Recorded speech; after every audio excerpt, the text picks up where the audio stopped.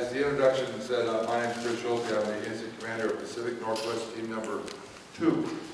We are one of 2 teams that are in the Northwest.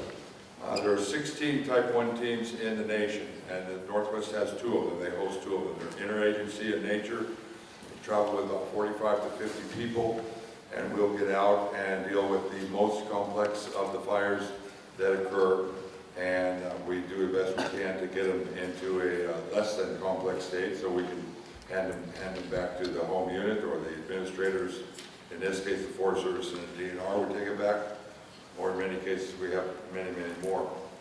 But we were ordered a couple weeks ago, and we took the fire from a Type 2 team from Washington as Team Number 1, as under the Incident Commander Mike Cirillo. And we usually will work 14 days in a row. We learned the hard way that after 14 and before 21, which used to be the length of our tour, we had a lot more accidents after 14 days than before we let people go. So it was decided at the national level that we'd do a 14-day assignment, us and the firefighters also. And the accident rate went way down because people were getting really tired that 3rd week when we used to do 3 weeks at a time. But we arrived a couple weeks ago, and we do a transfer of command. We arrive, we get an in-briefing from the Forest Service and the DNR in this case. We are also working for a structure, it's called Area Command. Since there was so much fire in Northeast Washington, they brought in this group of folks to help coordinate the sharing of resources and the prioritization of who goes where and that kind of stuff. And so when we first arrived, we were working for them. They were taken out of the situation a couple days ago because of the weather event, reduced the complexity, and the resources were already in place, and the prioritization was now a simple matter instead of a very complex matter. So they were removed from the equation, and now you have 3 different complexes in Northeast Washington, and they are all being managed by incident management teams individually. Ours is the Kettle Complex. It has the Roy Fire, the Graves Fire, the Renner Fire, and the Stick Pin Fire in it. So those are the 4 fires we've been tasked to take care of. I'm not going to get into any details of that, but my partner Rob Allen, he's the Deputy Incident Commander with our team, he's going to go over the operational details. I would like to tell you how the transfer of command process works. I gave you a little hint, but we ordered a team yesterday, and we were told today that one's been arranged. It just so happens Mike Cirillo is coming back. So the same team that built the lines initially, we've added to them, and we added some more contingency lines and things like that. But Mike's team that was here before us did most of the plan for where we're going to be able to be effective with the fire. And they're coming back, and they're going to be the ones that get to go back out and repair them. We've started those repairs, but it's really a neat opportunity to get it done very well, and that they know the ground already, they know the landmarks already, the road systems, and that even more importantly, they know where all the dozers went during that first couple of days when they were out there with 20 dozers on the ground. So we're feeling real good about the repair work that will get done. One of the things we do when we are here is make a repair map and a repair plan, and we have very good resource advisors. There's a large number of resource advisors from the DNR and Forest Service here, and then we bring some expertise of our own, and they build a plan that says this is how we're going to repair the work, the suppression machinery, and the people did when they were putting check on the fire. So that's in place. Mike comes in the door on Monday at 3 o'clock in the afternoon, and we'll have what's called a in-briefing for him, and we do it. So we are the ones currently holding the information, and on Monday at 3, we start to share it with them, same way they did with us when we got here. And then the rest of that day, they start, the counterparts, the plans chief will go talk to the plans chief, and the operations chief will go talk to the ops chief. And so that exchange starts to occur. And then we spend the entire next day also shadowing. And that's where all the counterparts spend the rest of the day making sure that their staff exchanges ideas and everybody gets the idea of what's going on before and where it's going. And like I'll talk to the incoming IC and let them know what the agency administrator wants, what their concerns are. We give it to them in writing, we give it to them verbally, By the end of the day, the information is exchanged. Those guys take their profession, their experience, and they get it, they take the fire. So, on Tuesday, at the end of the work shift, after we get all of the people down off the fire, that's when we're going to be done. And we definitely transfer command when all the people we're responsible for are out of harm's way and back in the rest mode. On this fire, it's going to be in the evening on Tuesday. Many occasions, it's done the next morning because you might have people that are out real late. Like if we took the fire from Mike coming in here, he would have still had people out there fighting fire when we took it if we did it at 1800 or at 6 o'clock. So on this fire, we're not working a night shift anymore. We stopped doing that after about 5 days after that first rain event we got. We stopped working a night crew. We haven't had one out there since. And with this weather we got last night, we continue to be encouraged to not need a night crew. So anyway, I'm real glad that the weather provided us with an opportunity for everybody to take a deep breath, to realize your houses and property and values were safe. We were extremely glad because, don't tell anybody, but the main thing that usually stops these fires is a nice big rainstorm.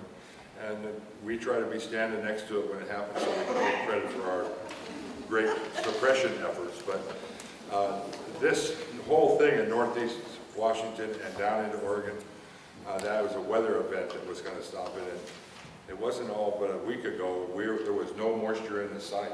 And out of nowhere, here comes that first weather event. And then we thought, well, we're going to get it with wind, but then we got wet. That was great. This one wasn't really forecast at the time. They were talking October, early November, would be the first time we see moisture about 3 weeks ago. That's what it was. And that would have been a long, long month of September. So anyway, on that note, I'm going to hand over to Rob, and he's going to tell you about the operation that's been happening on the 4 fires I listed. Good afternoon, everybody. I'll just be real quick on this too, because for the most part, we got the good news for you guys. A good part of what we've been working on the fire now is what we call kind of mop-up and patrol. So on the stick pin fire from that very southern corner, all the way up and around through the north side, back down to Boulder Creek Road. There's some still stuff we're working on just above the watershed here. They're tightening up some lines and improving some stuff in there and working on that. But all the rest of that's all going to be what we call mop-up and patrol. So they've got it looking really good. We've got stuff mopping up. And one of the things that I was asked when we came in here is how we decide what part of the fire is contained and what part is controlled on that line in there. Well, we have several steps we go through with the fire. First, we get into perimeter control. And for right now, we've got people, for the most part, all the way around this fire. And actually, just in the last couple of days, we've been really looking at from that section there between the stick pin and the runner fire, between South Boulder Creek Road and Boulder Creek Road, that east and west flanks of both of those fires. We didn't really think we were going to get in there and do anything with that, just because there aren't a lot of improvements in that area. There's not a lot of values that we're working to get in there to get at to. And it was tricky country, but the rain the last few days and the amount of work we've gotten done in other parts of the fires has allowed us to get in there and start taking a look at some of that stuff in there. So there's guys today working on the bottom end of stick pin coming up from that side, where we haven't seen the fire move in a few days. And we've had some folks in there, and I just saw our branch director walking in right now, and he's been down there looking at that stuff, and he's been trying to get an idea there. We're trying to do a little bit of burning out still on the north end of Brenner to tie that up and keep that from pushing up towards the road. But back to what we're talking about, where we call it contained, controlled, and then out. So when we get to a fire, the first thing we start doing, we talked about this when we first got here, is we go out and we try to protect lives, property, infrastructure. Once we get those taken care of, then we can start working on perimeter control. And that's what we've been working on really hard for the last 2 weeks, is trying to get as much perimeter control as we can. And by doing that, we get in there, we're either putting in dozer lines, or we're walking, putting a hand line around it, or we're using roads, and we get that to start looking good. And we watch it for a few days after we've done some stuff in there. We might do some burning out to bring fire down to that edge, and then we kind of hose down that edge, we mop it up. And if we start feeling good about it, then we can start calling it contained. Those are the parts we look at the fire, we're okay, we've done this, we've worked on it, we don't think it's going to move anymore. When we move from containment to control, we're getting close to where we know it's not going to move now. eventually they'll call it out. That's going to be a long ways out. To be calling stuff contained, we start, when we come around and put in the perimeter control, we start at a real small edge. It might be just 20 feet, it might be just 5 feet. And then each day we go back through and the crews work it in deeper and deeper and deeper until we get to an area where we know we're far enough back that if something flares up, it's not going to come across the line. We call it out, we call it really controlled, and we call it contained. By the time we get to that point, crews have gridded through there. And this is the part that kind of gets you every time, is that we go through there, a crew will line up, and they'll get lined out in a line from the edge of the fire down, and they'll just walk through their section that they're working on, and they'll touch everything on the ground that looks like it might be hot. And that's how we know it's out. So it takes a lot of time, it takes a lot of energy, but the only way we laugh about it that we can talk on satellites and we can put people in the moon and do everything else, but we know fires are out when some crew guys have wandered around down there and stuck their hand in all the ash pits and picked up all the logs and made sure if there isn't any more heat in it. And that's how we know that it's out. So they're working on doing that now around the perimeter where we're at so that we know that we're looking good. The rain can hide stuff a little bit. Puts a cap on it, it looks like it's out, and you go by and you knock something over and also a little bit of steam comes out. It does also help because steam does come up out of places. So they'll have some things that they can look at when they're down there. For the Graves fire, things have been going well for us on the Graves fire also. That southern end that the other team's really putting a lot of line in. We've been holding on to that, moving that up. We've got line around the northern end. We're still working on that little piece of line from south of Dead Man Creek up to Cougar Mountain, or Coyote Mountain. That little section there is kind of giving us fits trying to get up into that country there. It's pretty steep, and a lot of fuel, a lot of dead down in there, but we're working on chipping away at that also, and we'll pass that on to the next team. So for the most part, although it doesn't show it on our maps right now, when we look around at all the fires, we're adding more containment. There'll be more containment tonight. Every day we get a little more rain, we get a little more time working on it, we get crews working through that area. We can call more of it contained.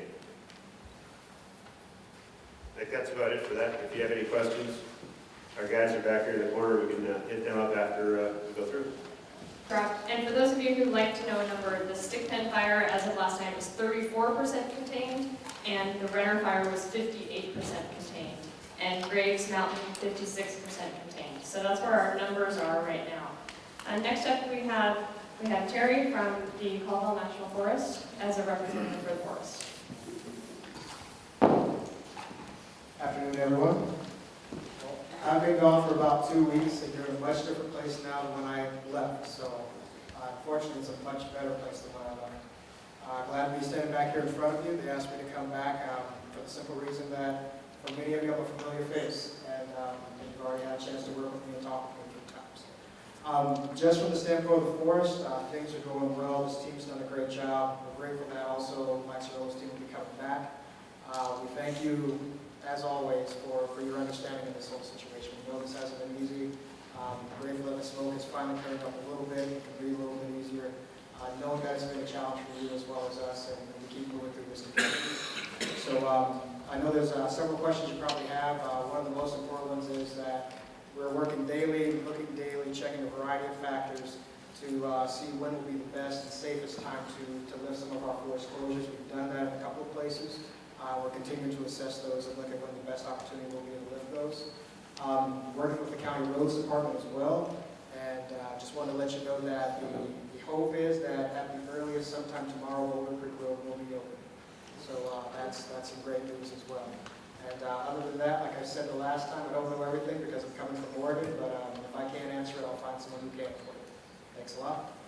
From Red Cross, Supervisor Kim is here. We want you to know that we're not just here to open the shelter and close the shelter, but we're involved in long-term recovery also. And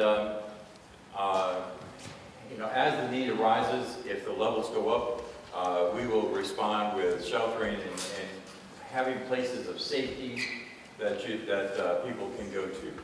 When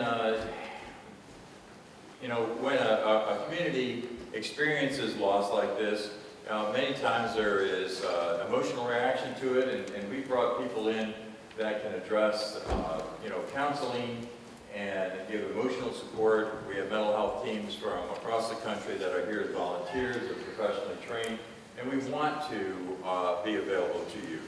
Another resource that we give you is, you know, if people from around the country are worried about you, can't get a hold of you, we have a safe and well line that they can call, you can check into, and usually that's with, you know, a little bit more devastation than we have here, but the communications are there for you. So if there's a need, you know, to move back into a community and set up a shelter, we're there, we're ready to go. We're standing down some situations that people have moved out of our shelters and back into their homes. But it also, we had a situation today where, you know, the gentleman's home is gone, and we're working with him, helping him to find a place. And, you know, our job is local, and our job is emergency, but then we're also here for long term. So we're not going away. We'll take more of a backseat role, but we're happy to be here. And if we can answer questions, Kay, my boss here, has got all the answers. Thanks so much. Wanted to introduce, come on up. Next up, we have your fire chief, Herb Hippler. And he's probably aware of this business. Thanks. All right, everybody take a deep breath. And your shirt is white. It's white, yeah, it was yellow, I traded it for a white one. All right, so now that the fires in our neighborhood or in our backyards, and it definitely had potential with the 3 big fires, and we're lucky. The winds were right day, you know, kept it out of Orient. Stick pin had the potential of jumping down in the Lori in the Grand Christina Lake. But my crews, thank you. You guys did a wonderful job. So if you see any of my firemen out there, take the time to thank them for their hard work and effort and all their dedication and training they put in all these years to provide you with service and to protect your life and property. So thank you. I want to talk about what's called political smoke. So if you see something out there burning and it's way on top of the mountain and it's way in the black, you know, there's no need to call 911 and say, hey, there's a fire way in the black, you know. The only time you really need to call 911 is if you feel you are at risk or the rest of the property is at risk due to this fire. You know, it may rekindle and start another fire. So don't hesitate to call 911 and ask for help, especially, you know, it's near your homes or it's near your property and it's, let's say, it's adjacent across the road. So definitely call 911, we'll come out, we'll handle it, and we'll get it cleaned up for you, make sure you guys have a safe place to stay. So, thank you. Yeah, again, my name is Guy Gifford. I'm a landowner of Assistant Sports with the Department of Natural Resources for this region. I'm also the Firewise coordinator for the region as well. And Sheila did an excellent job talking about the Firewise program. Sometimes you go, what more can I do or where can I get more information? We have a lot of handouts that talk about specifically what you can do around your property, including an awesome plant guide that talks about fire-resistant plants. Now, that picture she showed her a big, thick tree / making it nice, spaced out. That's a lot of work, right? Well, believe it or not, we have some grants that may help you do that work and pay part of the cost. If you go to where can I find more information, just see me over the booth over there. The other thing is, what we know is about Firewise practices, thinning trees. They help reduce how many trees are dying on your property by reducing the amount of this little critter here, which is the dreaded bark beetle. And so we can also give you advice on that. These services and departmental resources are free. It's part of your tax, your government services. We also have information that if you want to log or if your tree burned up, how do I know which trees will survive? What should I do next on my land recovery, or what should I do to prepare for the next one? If none of that interests you, you can always come and get the coolest book in the world and have some reading tonight. Also provide a number of programs that can help people with recovery after a fire. Lloyd? A couple minutes ago, Kashari asked people, private landowners who have got some damage on their property, if you could raise your hands again. Any of you that, you have fire lines that need to be reseeded, if you've lost trees, if it looks like you're going to have erosion problems when it starts to rain. I'll be around here after this meeting. I'll be over there on that wall over there, and if you want to come by and talk to me, we can see what kind of help we can arrange for you. Anyway, we're here to help private landowners, and we've been pretty lucky. Most of the private landowners have managed to avoid much damage on their property. So anyway, I'll be here after the meeting if you want to come talk to me. The Natural Resource Conservation Service. They have a little bit of different perspective and programs, and he wants to provide you his contact information and what they do. Hi, my name is Bart Ausland. I'm the forester for the NRCS in this area. We're a federal agency that works with landowners. And what I want to talk about is, we have cost share programs to help people do thinning and that kind of thing. You got to look at your forest land towards the future. We're going to probably have yield problems with this fire, because I suspect not every tree is going to get salvaged out there that burned. And so it's important that you guys look forward 2 or 3 years out, that you maintain your forest, you practice good stewardship on it, and reduce the stalking levels, do some logging maybe if it's needed. And that's one of the services I can provide, is meeting with you out there on the ground, looking at your forest land and giving you advice, professional forester. So free advice.